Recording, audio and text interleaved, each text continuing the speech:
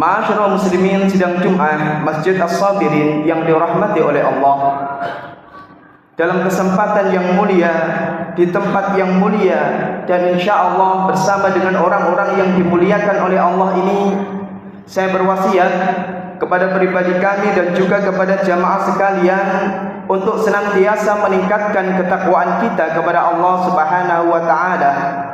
Takwa yang sebenarnya, takwa yang sejati, takwa yang tidak hanya terucap di lisan, tapi takwa yang juga harus dilaksanakan oleh seluruh anggota badan kita, mata kita, telinga kita, tangan dan kaki kita, semuanya harus mempresentasikan ketakwaan kita kepadanya.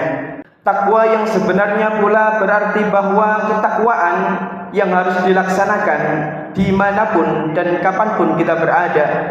Sebagaimana anjuran Rasulullah, ittaqillaha haitsuma kunta, bertakwalah kamu dimanapun kamu berada. Karena takwa inilah yang selanjutnya akan menjadi bekal kita dan bahkan menjadi sebaik-baik bekal yang bisa kita bawa saat nanti sowan menghadap Allah Subhanahu wa taala. Ma'asyiral muslimin sidang Jumat rahimakumullah. Hari ini kita berada pada Jumat yang pertama setelah lepas dari bulan Ramadan. Ini adalah momentum yang tepat bagi kita semuanya untuk berkomitmen agar menjaga ketaatan, menjaga kesolehan yang sudah kita lakukan pada bulan Ramadan, baik itu kesolehan individu maupun kesolehan sosial. Terlebih lagi kesolehan terhadap sesama, yakni memperbagus hubungan sesama saudara, hubungan pertalian kerabat dan interaksi kita dengan masyarakat.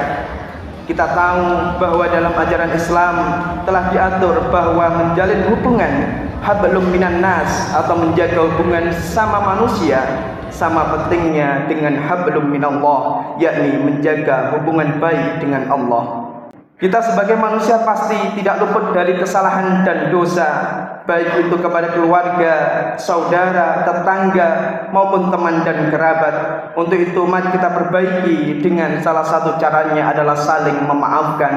Karena perilaku saling memaafkan bisa mengundang keberkahan dan mengundang ampunan dari Allah Subhanahu wa taala. Sebagaimana firman Allah dalam Quran surat An-Nur ayat 22, Allah Ta'ala berfirman, وَلْيَعْفُوا وَلْيَصْفَحُوا أَلَا تُحِبُّونَ أَن يَغْفِرَ اللَّهُ لَكُمْ وَاللَّهُ غَفُورٌ رَحِيمٌ. Hendaklah mereka memaafkan dan berlapang dada. Apakah kamu tidak suka bahwa Allah mengampunimu? Allah itu Maha Pengampun lagi Maha Penyayang. Dalam satu riwayat yang diriwayatkan oleh Abu Hurairah juga diceritakan tentang nilai kebaikan kepada sesama, bahkan menjadi ukuran diterima tidaknya ibadah kita. Dalam sebuah hadis, Rasulullah ditanya oleh salah seorang sahabat, qila lin nabi sallallahu alaihi wasallam, Nabi Muhammad pernah ditanya, wahai Rasulullah, inna fulanah taqumul laila wa tasumun nahara. Ada seorang perempuan yang rajin qiyamul lail di malam harinya dan berpuasa di siang harinya, wa taf'alul khairat wa tatasaddaqa. Tidak hanya itu, dia juga rajin mengerjakan kebaikan dan bersedekah. Wa tu'di jiranaha bilisaniha. Akan tetapi ya Rasulullah, dia juga gemar menyakiti tetangganya dengan tutur katanya. Maka Rasulullah pun merespon apa yang disampaikan sahabat itu. Faqala Rasulullah sallallahu alaihi wasallam, la khaira fiha, hiya min ahlin nar. Rasulullah menjawab, tidak ada kebaikan padanya dan dia termasuk ahli neraka. Na'udzubillah, tsumma na'udzubillah. Sekian banyak amal soleh yang ia lakukan berakhir sia-sia hanya karena ia tidak mampu menjaga hubungan baik kepada sesama, karena ia tidak mampu menjaga lisannya untuk tidak menyakiti tetangganya. Jamaah sidang Jumat rahimakumullah, kita tahu bahwasanya Allah Ta'ala adalah At-Tawwab, Zat yang maha menerima taubat. Kasih sayangnya mengalahkan murkanya, rahmatnya jauh lebih luas daripada azabnya. Jika ada seorang yang berbuat dosa sebesar apapun dosanya, selama hamba tersebut memohon ampun kepadanya, maka Allah akan mengampuninya. Namun hal ini berbeda dengan kita sebagai manusia. Manusia tidak seluas itu kasih sayangnya. Manusia tidak sedalam itu kemakluannya terhadap kesalahan manusia. Bisa dibilang manusia pada kasus-kasus tertentu adalah makhluk yang paling sulit untuk meminta maaf dan memaafkan. Karenanya Rasulullah mengajari umatnya untuk bisa menahan diri, jangan mudah mengumbar kata-kata negatif, jangan gampang menyebar berita-berita yang tidak benar, yang jatuhnya adalah fitnah, dan jangan suka menghardik kepada sesamanya.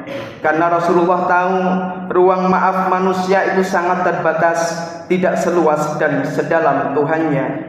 Mendapatkan maaf manusia jauh lebih berat dan lebih susah daripada mendapatkan maaf dari Allah Subhanahu wa Ta'ala. Belum lagi jika kita tidak merasa bersalah, tapi orang lain memendam kesalahan kepada kita. Saat mengetahui diri kita salah saja, kita terkadang masih enggan untuk meminta maaf, apalagi saat kita tidak merasa bersalah sama sekali. Untuk itu hadis di atas adalah contoh yang nyata seorang wanita ahli ibadah, rajin sholat malam, gemar berpuasa, banyak bersedekah dan beramal soleh, tapi lidahnya selalu membawa rasa sakit bagi tetangganya. Untuk itu kemudian Rasulullah mengatakan, la khaira fiha, tidak ada kebaikan baginya, wa hiya min ahli nar, dan dia termasuk ahli neraka. Artinya amal ibadah yang tidak berbanding lurus dengan perilaku kebaikan sosial, ibadahnya kekurangan makna dan bahkan akan berakhir dengan sia-sia. Ma'asyiral muslimin rahimakumullah, dalam kesempatan yang lain Rasulullah juga pernah menyabdakan, la yarhamullahu man la yarhamun nas. Allah tidak akan mengasihi orang yang tidak bisa mengasihi manusia lainnya. Dalam redaksi lain juga dikatakan, man la yarham wa la yurham. Orang yang tidak mampu mengasihi sesamanya, maka ia tidak layak untuk dikasihi. Hal ini menunjukkan bahwa kasih sayang sesama manusia tidak kalah pentingnya dengan ibadah yang bersifat ritual. Bahkan Allah dalam hadis di atas tidak akan mengasihi orang-orang yang tidak mengasihi sesamanya. Hal ini berarti bahwa Allah menghendaki hamba-hambanya untuk membangun dunia yang harmonis, menciptakan lingkungan yang sehat dari kebencian, membiasakan kepedulian, membudayakan sayang menyayangi, dan membangun persaudaraan. Ma'asyiral muslimin rahimakumullah, pada prinsipnya sebagai makhluk sosial kita sangat butuh kerjasama dan bantuan sesama manusia, khususnya kepada dan dengan orang-orang yang berada di dekat kita.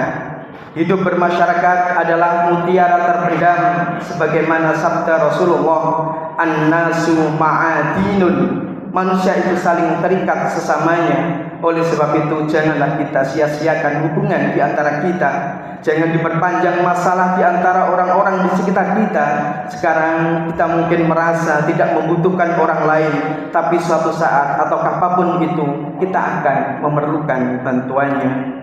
Ma'asyiral muslimin rahimakumullah, untuk itu pada momentum awal bulan Syawal ini kami mengajak untuk memperkuat ikatan persaudaraan kita, memperkuat tali ukhuwah kita, ukhuwah Islamiyah, yakni persaudaraan antar sesama umat Islam, ukhuwah wataniyah, yakni persaudaraan antar warga sebangsa dan setanah air, dan juga ukhuwah basyariyah, yakni persaudaraan antar sesama manusia.